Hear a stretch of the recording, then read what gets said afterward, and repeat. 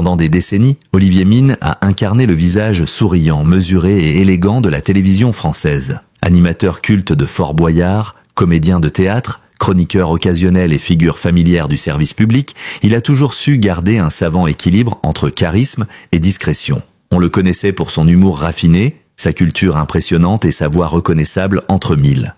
Mais derrière cette façade impeccable se cachait une pudeur presque légendaire. Olivier Mine, contrairement à beaucoup de ses collègues du petit écran, a toujours préféré le silence à l'étalage de sa vie privée. C'est sans doute ce qui a rendu son aveu, à 58 ans, aussi bouleversant que déstabilisant. Tout a commencé par une interview donnée à un grand hebdomadaire français. Rien ne laissait présager que cette conversation allait prendre une tournure si intime. À la question apparemment anodine sur sa vision de l'amour, Olivier a répondu calmement, avec une sincérité qui a immédiatement suspendu le temps. « Je suis marié depuis plusieurs années. Mon compagnon et moi avons choisi de vivre notre histoire loin des projecteurs, non pas par honte, mais parce que le bonheur se cultive dans le silence. » Cette phrase, simple et lumineuse, a eu l'effet d'un coup de tonnerre. Dans un paysage médiatique où chaque confession sentimentale devient un sujet à clic, Olivier Mine venait de livrer un secret profondément personnel. Il vivait une union discrète avec l'homme qu'il aime depuis bien longtemps déjà. Les réseaux sociaux se sont immédiatement enflammés,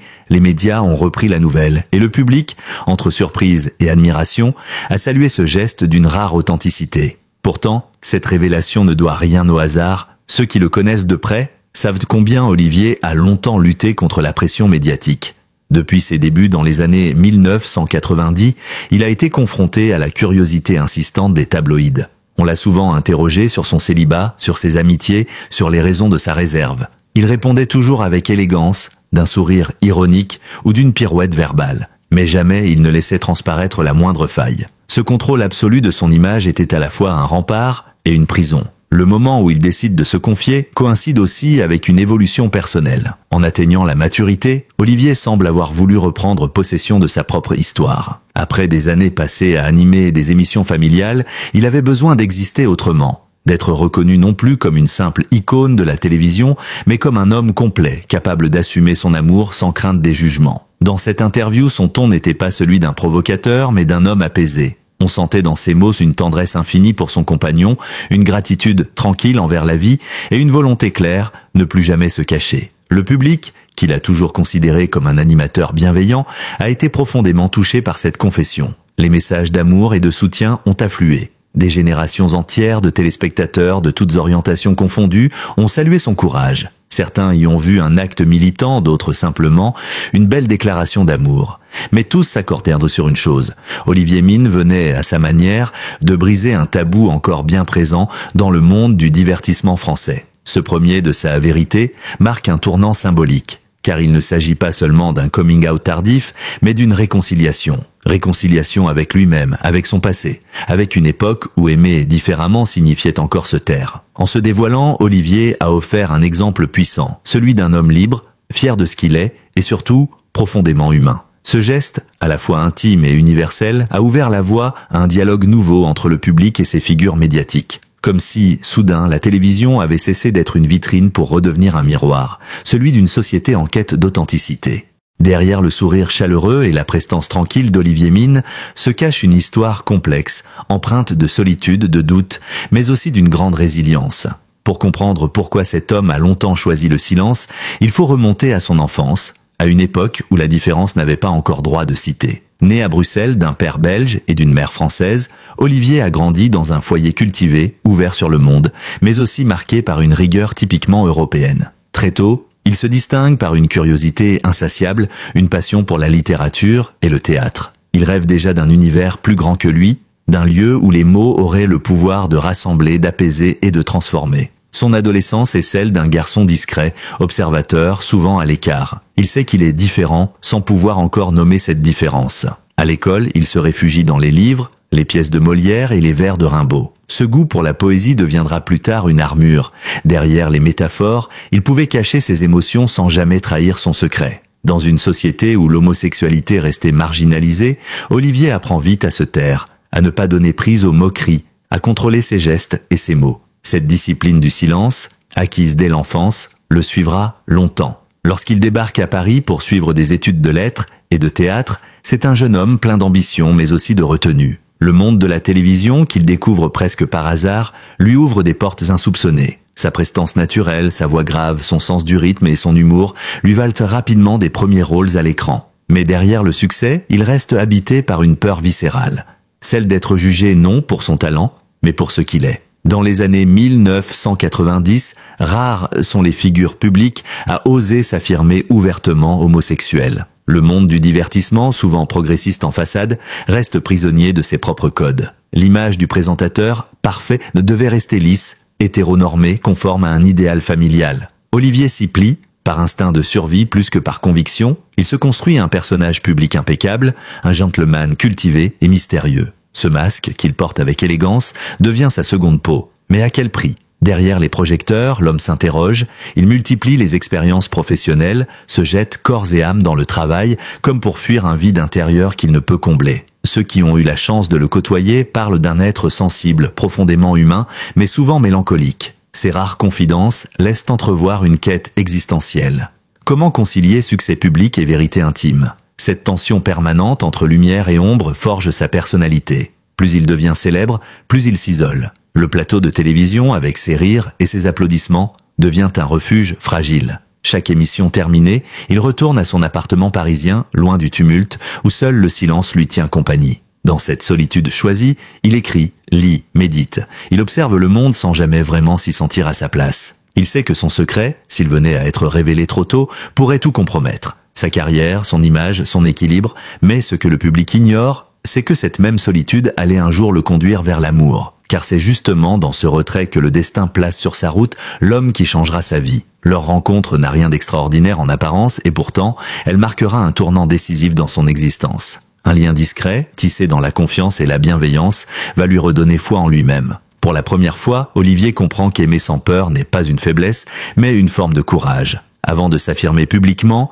il devait d'abord apprendre à s'aimer dans l'ombre. Ce chemin intérieur, long et parfois douloureux, sera la clé de son apaisement futur. Derrière le présentateur charismatique se cachait un homme en quête de paix, un être sensible et loyal qui ne demandait qu'à vivre selon sa vérité.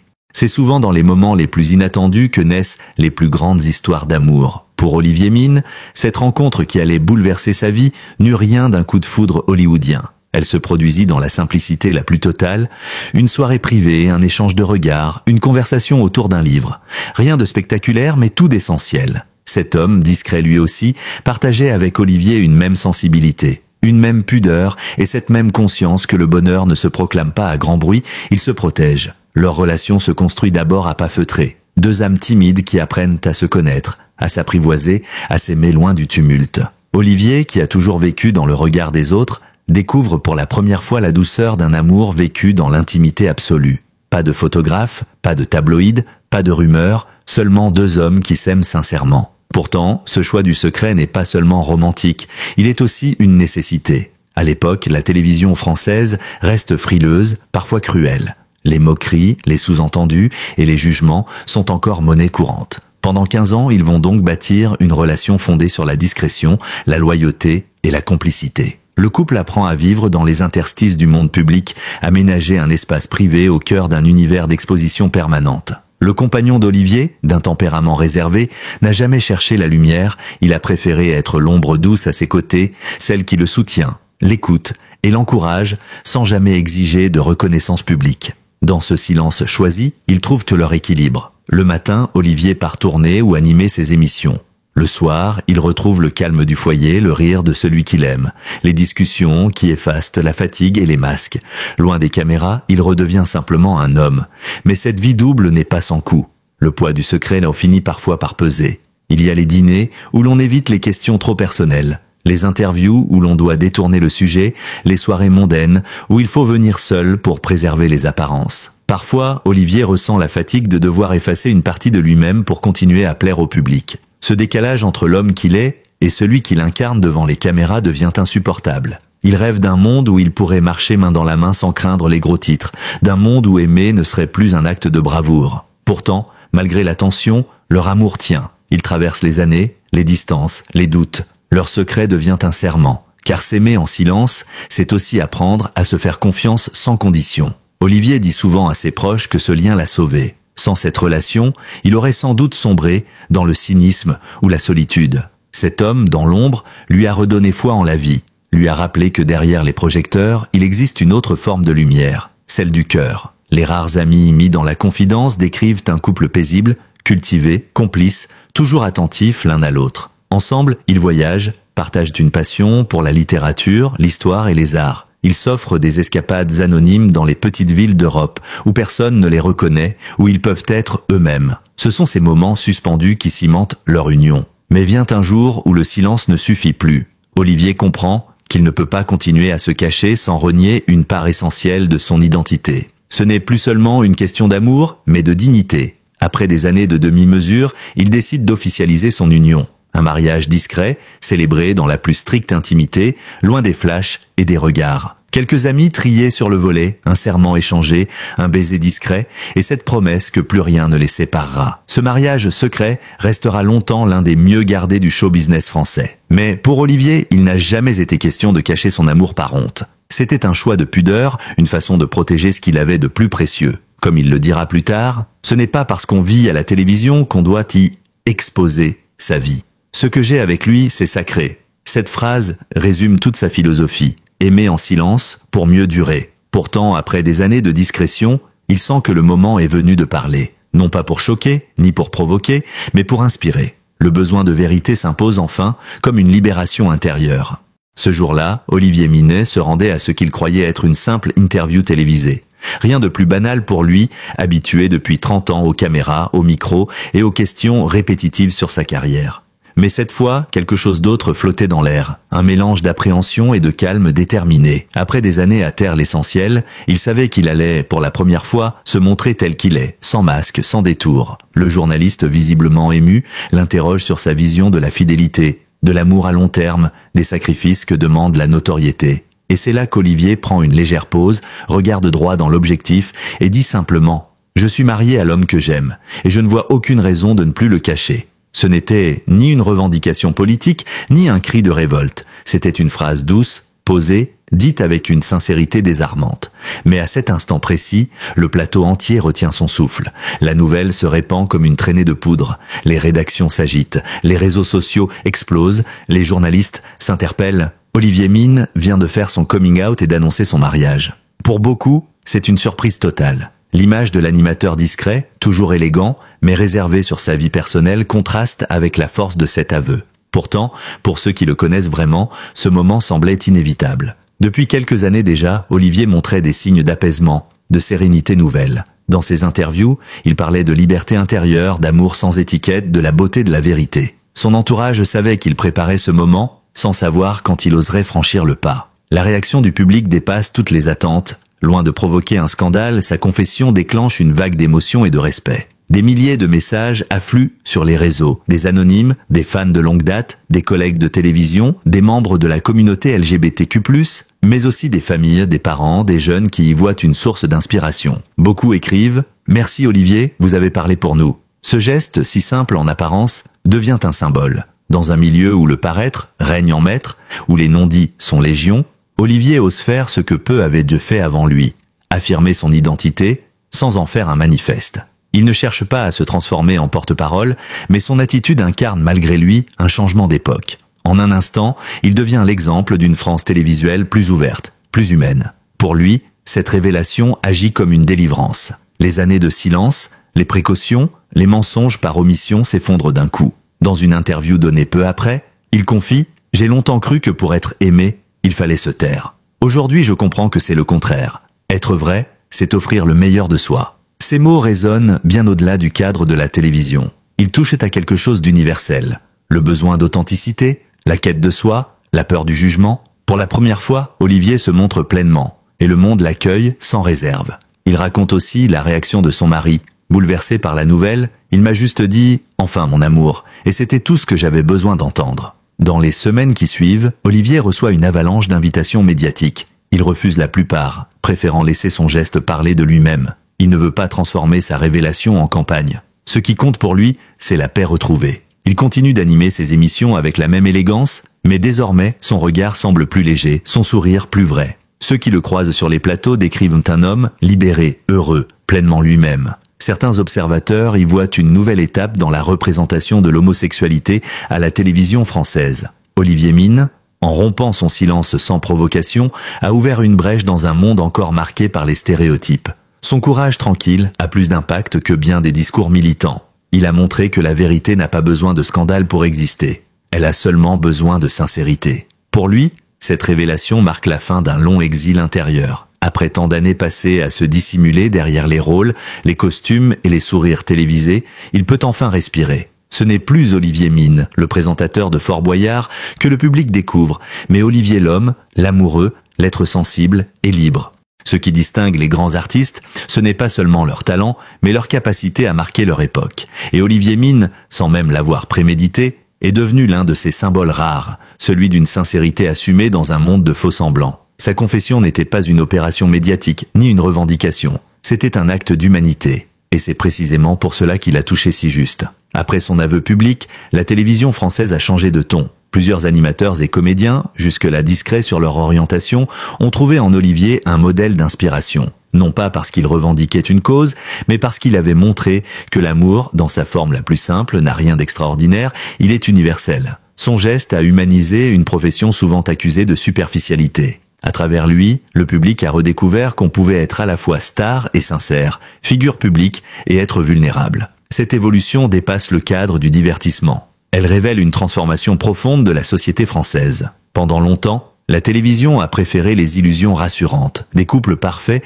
des sourires figés, des existences sans aspérité. Olivier, en dévoilant sa vérité, a fissuré cette façade. Il a rappelé que derrière chaque image se cache une histoire, un combat, un cœur. En assumant son amour, il a contribué à rendre visible une réalité partagée par des millions de Français encore trop souvent contraints au silence. Des associations ont salué son courage, le qualifiant de modèle d'intégrité tranquille. Dans les universités, des étudiants en communication ont analysé sa sortie médiatique comme un tournant dans la représentation LGBTQ, plus à la télévision publique. Même des responsables politiques ont reconnu, parfois à demi-mot, l'importance d'un tel geste dans la construction d'une société plus tolérante. Mais Olivier, fidèle à lui-même, s'est tenu à l'écart de ces hommages. Lorsqu'on lui a demandé s'il se considérait comme une icône du courage, il a répondu simplement « Je ne suis pas un symbole, je suis juste un homme amoureux. Si cela peut aider d'autres à vivre libre, alors j'en serai heureux. » Ce refus de s'ériger en héros médiatique a renforcé encore son image d'authenticité. Loin des discours grandiloquents, il continue à mener sa vie avec modestie, partageant avec son compagnon un quotidien calme et équilibré. Ensemble, ils vivent entre Paris et la Provence, loin du bruit du monde. L'amour qu'ils ont choisi de préserver devient un témoignage silencieux, celui d'une liberté conquise, non pas par la provocation, mais par la dignité. Sur les plateaux où ils travaillent encore, ses collègues décrivent un Olivier changé, plus apaisé, plus lumineux. Il prend le temps de parler avec ses équipes, de transmettre ses valeurs aux plus jeunes. « Soyez vous-même, même si cela prend du temps », répète-t-il souvent. Il sait combien il a fallu de patience pour parvenir à cet équilibre. Le public, lui, ne s'y trompe pas. Loin de ternir sa réputation, sa révélation l'a renforcée. Les audiences de ses émissions ont augmenté. Les messages de soutien continuent d'affluer. Dans un monde où l'authenticité devient rare, Olivier Mine est désormais perçu comme un repère moral, une voix douce mais ferme qui rappelle que la vérité finit toujours par triompher. Avec le recul, son geste apparaît comme une révolution silencieuse. Sans slogan, sans polémique, il a su faire évoluer les mentalités. Il a montré qu'il n'était plus nécessaire de se cacher pour exister, ni de s'excuser pour aimer. En cela, il appartient à une génération de personnalités qui, à travers leur sincérité, changent la culture sans bruit. Aujourd'hui, à 58 ans, Olivier Mine incarne une forme de maturité rare, celle d'un homme en paix avec lui-même. Son parcours n'a pas été linéaire, il est fait de blessures, de combats, de solitude et de renaissance. Mais c'est précisément ce qui le rend si profondément humain. En brisant le silence, il a rappelé à chacun que le courage ne consiste pas à crier plus fort que les autres, mais à dire la vérité, calmement, quand tout le monde choisit de se taire. Et peut-être est-ce là le plus beau message qu'il laisse à son public. Qu'il n'y a pas de honte à être soi, que l'amour, quel qu'il soit, mérite d'être vécu avec fierté. Et qu'au-delà des écrans, ce qui reste, c'est la lumière intérieure de ceux qui ont osé être vrais. Alors, quand les caméras s'éteignent et que le silence revient, on imagine Olivier Mine souriant main dans la main avec celui qu'il aime, regardant l'horizon. Car désormais, sa plus belle émission, c'est sa propre vie, libre, sincère et profondément humaine.